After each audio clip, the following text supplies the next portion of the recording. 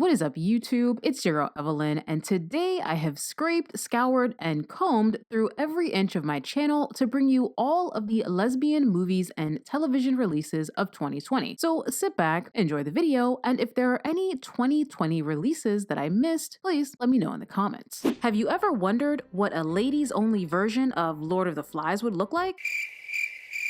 Well, you don't have to wonder for much longer. The Wilds is a teen thriller about a group of girls who survive a plane crash, only to find themselves stranded on an island that may or may not be deserted. Tony is a hot-headed queer orphan, and Shelby is a Southern Baptist beauty queen who's so far in the closet, she's practically in Narnia. The show takes its sweet time in revealing there's more than just antagonism between them, and it takes over half the season before their first kiss, which I actually loved. We spent so much time investing in their tense, weird frenemies thing that when they finally get together, it feels earned. Healing our relationship is bigger than a win, says the person who wins all the time.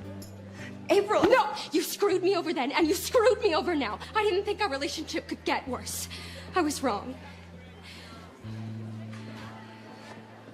If you've ever dreamt of a parallel universe where Spencer and Hannah from Pretty Little Liars were fraternal twins with a bounty hunting side gig, you, my friend, are in for a treat. Teenage Bounty Hunters was a chaotic, preposterous, guilty pleasure of a show, and it's one of my favorites on the list. Blair and Sterling are the teenage bounty hunting twins, and it's Sterling whose sapphic tendencies landed the show on the list. Her slow burn affair with resident mean girl April is the enemies to lovers trope I have been waiting for, but due to underperforming ratings, Netflix axed the show after just one season.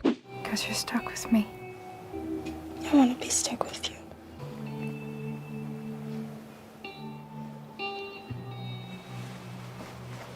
Take a dash of Carrie, a cup of Stranger Things, and an entire scene from The Breakfast Club, and you get I Am Not Okay With This, a new teen drama recycled from old teen dramas, which is probably why it was so good. Sydney is an outcast who's secretly in love with her best friend, popular girl Deanna. Then, Sid starts displaying telekinetic powers. And while Sydney and Dina's relationship takes a backseat to Sydney's newfound abilities, it's still incredibly sweet to watch unfold. My First Summer is a semi-sweet coming-of-age film about the fledgling romance between Claudia, a 16-year-old who's been hidden away from society, and Grace, another 16-year-old who's, normal. So no one knows you exist.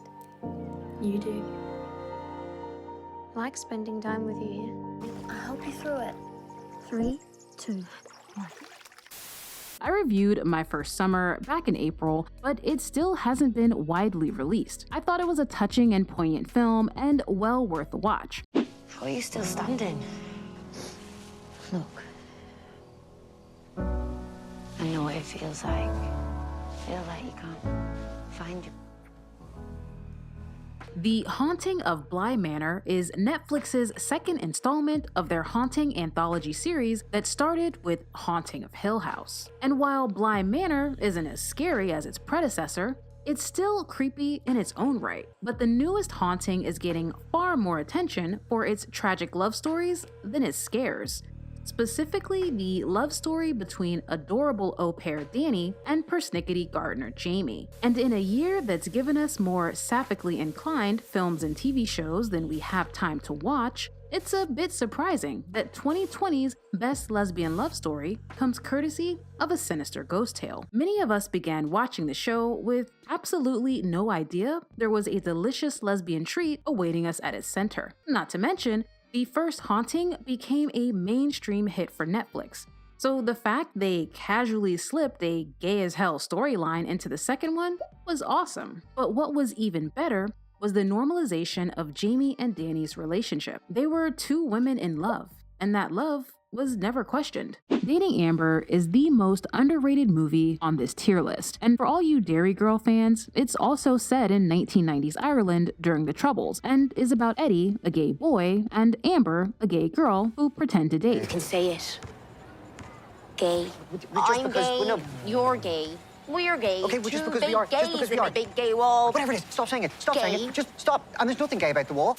And even though Eddie is the main character, Amber is a very strong secondary main character. She has her own backstory, she gets her own romantic interest, and she's in the movie almost as much as Eddie. You've always been my constant. You've always been Gabby and Jenny. I want this night to end. A New York Christmas Wedding is a movie that puts a rather unique spin on It's a Wonderful Life. On the eve of her Christmas Eve wedding, Jennifer is visited by her guardian angel, who shows her what life would have been like had she pursued her romantic feelings for her childhood best friend. I will say, A New York Christmas Wedding is the most ambitious film on the list. Like, it tries really hard to do a lot of things. Granted, it doesn't do many of them well, but I love that they went for it. Yeah, well, I hate to break it to you, beautiful, because there's no way out. I know a way.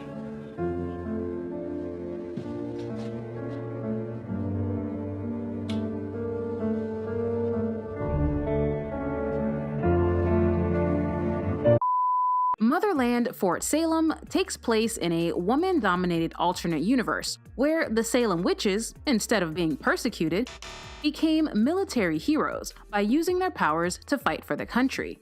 And several generations of witches later, they continue to serve. It's part military drama, part supernatural thriller, part teen soap opera, and of course, part gay. Bad girl witch with a chip on her shoulder, Raelle, falls for the mischievous and possibly dangerous witch Scylla. And in my opinion, Scylla and Raelle have the most intriguing storyline of the entire show. Twenties is easily one of the best shows you're not watching. It's Girlfriends meets The Devil Wears Prada with a dash of Friday thrown in. And if that sounds like an odd mixture, it is. We ain't packing up shit, okay? We are going to Cinesphere. I am ready to get my life from All About Eve. You just got evicted, and you trying to go sit on the grass and watch a movie? Yes, bitch!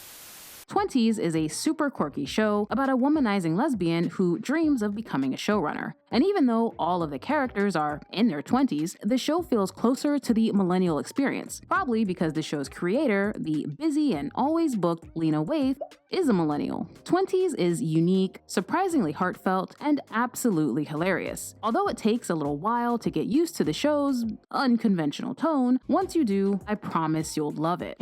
Right off the bat, I must admit to being horribly biased about Ammonite as a result of my deep admiration for Kate Winslet's acting. I've watched almost her entire filmography, even Jude, a horribly traumatizing film.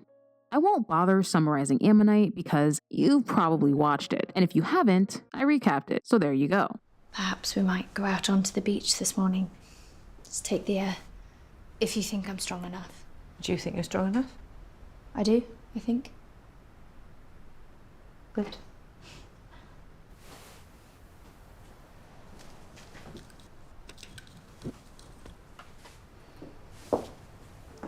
You gonna make me act up.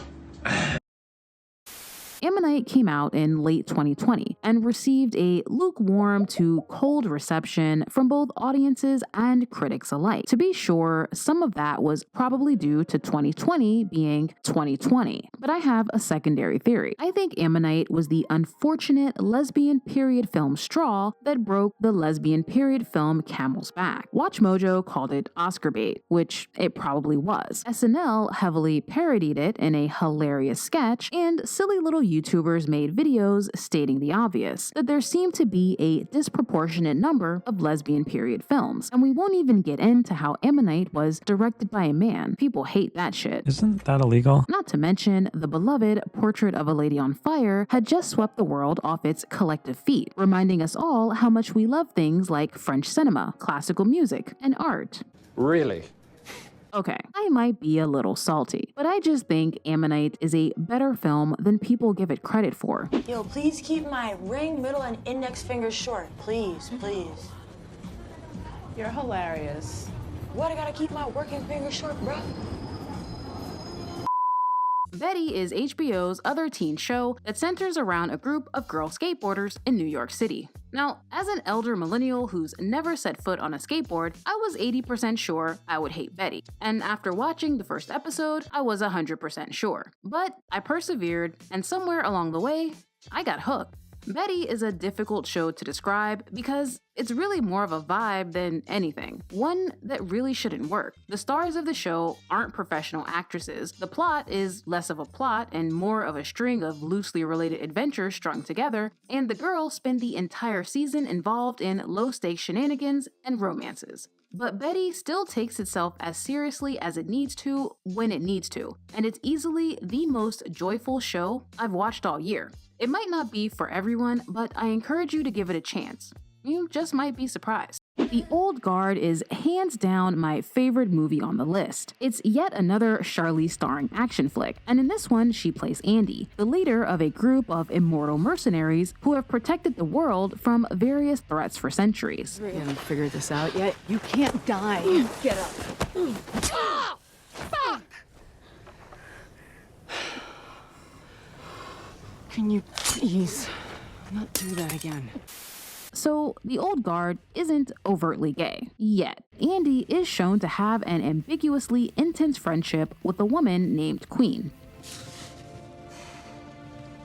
Just you and me. Until the end. The film is vague about the nature of their bond, but the comic the film is based on is clear. The two women had a passionate romantic relationship, and at the end of The Old Guard, Queen returns. Not to mention, there's an Old Guard sequel in the works, and I'd be surprised if the sequel didn't confirm Andy and Queen's romance. And for those of you who might be upset that I've included the Old Guard because it's not gay yet,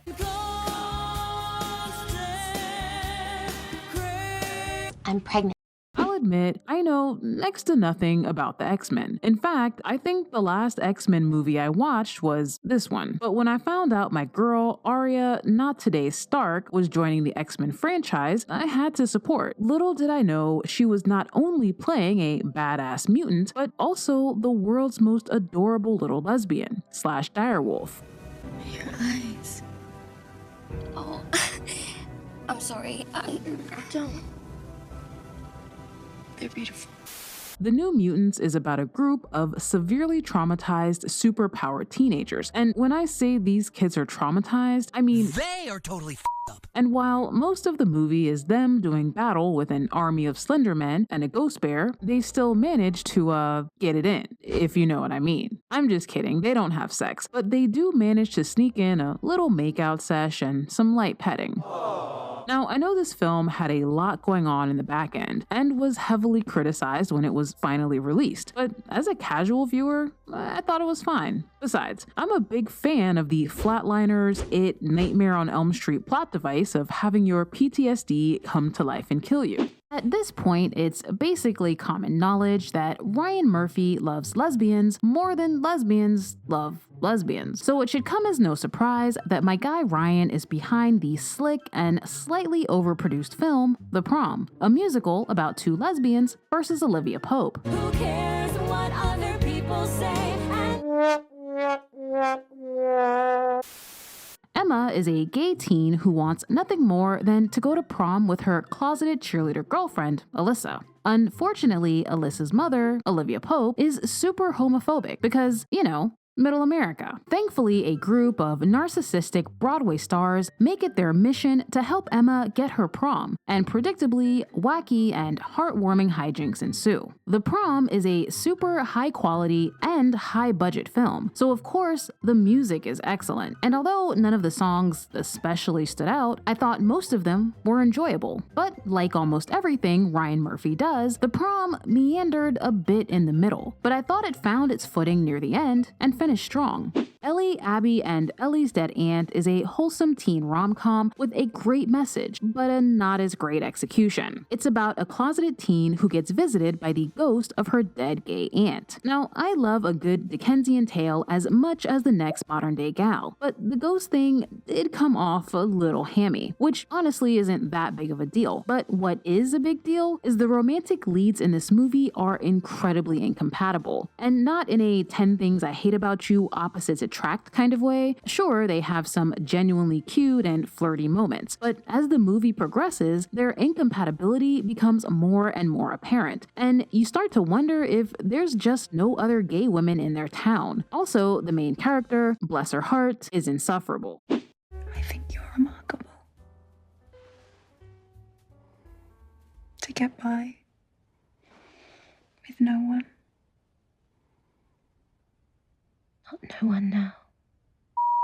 World War II drama Summerland is, without a doubt, the most visually stunning film on the list. Set in the quaint seaside town of Kent, Summerland tells the story of a reclusive and straight-up unpleasant writer named Alice, and her relationship with Frank, a young war evacuee from London. Throughout the film, we get flashbacks of Alice's life prior to her current curmudgeonly state, and we're witness to the rise and fall of the great love of Alice's life, a woman named Vera. While Summerland might be light on the romance, it's heavy on the emotion, and Alice is one of the most delightful and charming grumps you'll ever meet. You've watched the trailer, you've fallen in love with the 1940s aesthetic, and you've even Googled One Flew Over the Cuckoo's Nest because, let's be honest, you've never watched it. Ratched, an origin story about a corrupt and sadistic nurse played by unofficial lesbian goddess Sarah Paulson. It's a thrilling crime drama with a captivating mystery at its core, plus lesbians. The half of it is a funny and heartwarming lesbian rom-com from the queen of funny and heartwarming lesbian rom-coms, Alice Wu. You talked to your mother about us? Does she know we have sex? No, Will. She thinks we conjugate Latin verbs. Ellie Chu is a clever and enterprising teenager with a lucrative, if not illicit, paper writing side hustle. When good guy Paul hires her to write a love letter to his crush, Aster, a drop-dead gorgeous, extremely popular girl who reads serious literature and has a great personality. Really? Of course, Ellie falls for Aster, while Aster is falling for Paul. I mean, Aster is falling for Ellie, pretending to be Paul. Meanwhile, Paul is falling for everyone. You can get it, you can get it, you can get it, you can get it. The half of it is bittersweet, charming, and awkward, which is everything I think a good coming-of-age rom-com should be. And I love that the ending isn't the typical happily ever after. It feels more realistic to the situation. After all, Ellie did straight-up catfish Aster. Kajillionaire is a quirky, somewhat surreal dramedy about an emotionally starved and socially stunted young woman, her selfish con artist parents, and the woman who changes everything. I'm Melanie. Right, okay. Melanie, meet old Dolio. Old what? Dolio. Old Dolio. Okay, I like that. I like that. Kajillionaire has to be the most slept-on lesbian film of 2020. Granted, there was a lot happening in 2020, but it hurts my heart that a film as hilarious and touching and adorably romantic as Kajillionaire did not get its flowers. Now, some of you might be saying, but Evelyn, I watched this movie, and it was weird as hell. I admit, Kajillionaire is a little bizarre. The main character's name is Old Dolio. Her family lives in a rented office space that leaks pink soap bubbles, and she experiences a hallucinatory near-death vision quest in a gas station bathroom during an earthquake.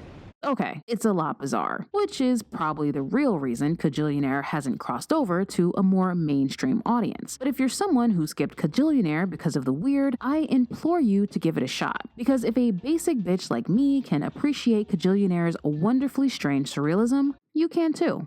Named after a very lovely and non-racist man, Lovecraft Country is a super intense, squirm-inducing dark fantasy horror show set in the 1950s, and it follows a black man who travels across the segregated United States in search of his missing father, and it's super queer. Your spell's going to work. And you have me now. Have you ever? No. This is my first time.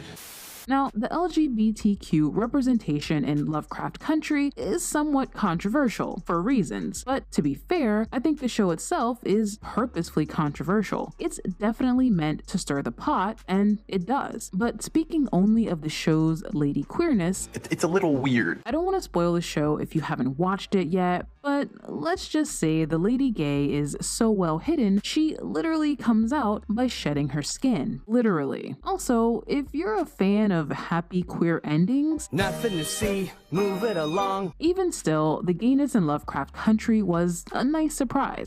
You know, I've dated many girls like George. She's straight and she's wasting your time. You should be with someone that knows what they're doing. I don't want to go home. So don't. Have you ever wondered what would happen if Eric Foreman from That 70s Show and Ellen DeGeneres had a baby? No? Me neither. But thanks to Feel Good, we now have a pretty good idea. May is a distractingly good-looking Canadian comedian who falls in love with George, a British woman who's mostly straight. Feel Good is hilarious, a bit absurd, and super quirky. But despite the show's lightheartedness, it tackles some very heavy issues, like addiction and gender identity confusion. Also, May's mother is played by Lisa Kudrow, who steals every single scene she's in. Awkwardly charming and chaotic in the best way possible, Feel Good is one of the best new shows I've watched this year. I didn't tell my parents I'm gay. So who do they think I am? This is Harper's orphan friend, Abbie. Yes, of course. They're there. You're so brave. You don't need to be.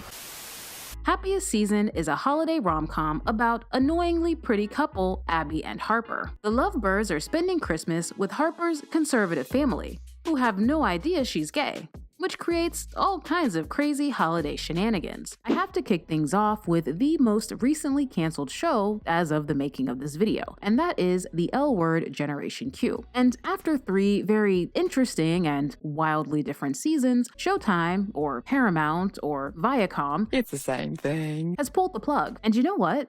I think that's fair. And look, I love the L Word Gen Q for its gay lady representation. Not to mention, the original series will always hold a special place in my heart. But the reboot was not great. From dropped storylines to questionable writing and acting to lazy checkbox diversity, let's just say it left a lot to be desired. To be clear, I am glad Gen Q existed, but I'm ready to move on. Star Trek Lower Decks is an— Sorry for the interruption, but I just realized I've been mispronouncing Star Trek for my entire life. I'm going to go die now. Sorry. Animated Star Trek series, and even though I haven't watched it, because ain't nobody paying for Paramount Plus, I've heard really good things about it, and apparently there's a queer lady character who seems to be in the process of getting into a relationship with another lady character. So there you go. Warrior Nun is a show whose cancellation makes complete sense to me, but I still hate everything about it. If you haven't watched Warrior Nun, it's basically about a group of ninja nuns who hunt demons and have intense female friendships that sometimes blossom into romance. And it is just great. The women are beautiful, the cinematography is gorgeous, and it's a fun, mostly lighthearted fantasy romp. But it's also a pretty niche show, with religion playing a very large role in the plot. And look, Warrior Nun might not be a show with huge mass appeal, but it appeals to me. Kelly Clarkson! That is it for the video. As always, thank you so much for watching, and I'll see you in the next one.